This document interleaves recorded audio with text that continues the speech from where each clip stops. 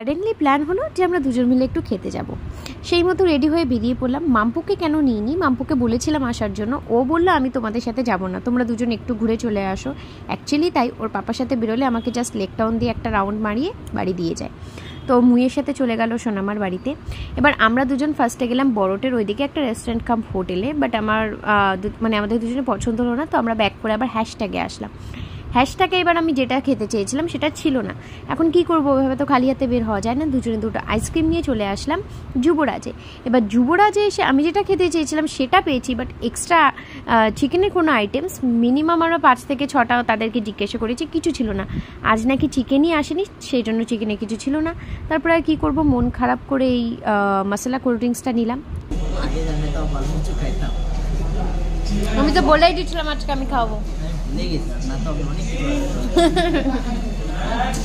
ও কি বললো শুনলো তো, ওনাকে আগে জানলে আরও বেশি খেত। এমন কিন্তু কোনো ব্যাপার না, ও জানতো। অ্যাকচুয়ালি কি হলো, আমরা দুজন মিলে এতগুলো রেস্টুরেন্টে ঘুরলাম আর একটা আইটেম ছাড়া কিচ্ছু পেলাম না চিকেনে, তো সেই জন্য আর আমাদের কিছু ইচ্ছে করছিল না। এখন যাচ্ছি বাড়ি, আর এই যে বাড়িটা দেখতে পাচ্ছ এটা আমার ননদের বাড়ি। টাটা, দেখা হচ্ছে নেক্সট ভিডিওতে, বাবা।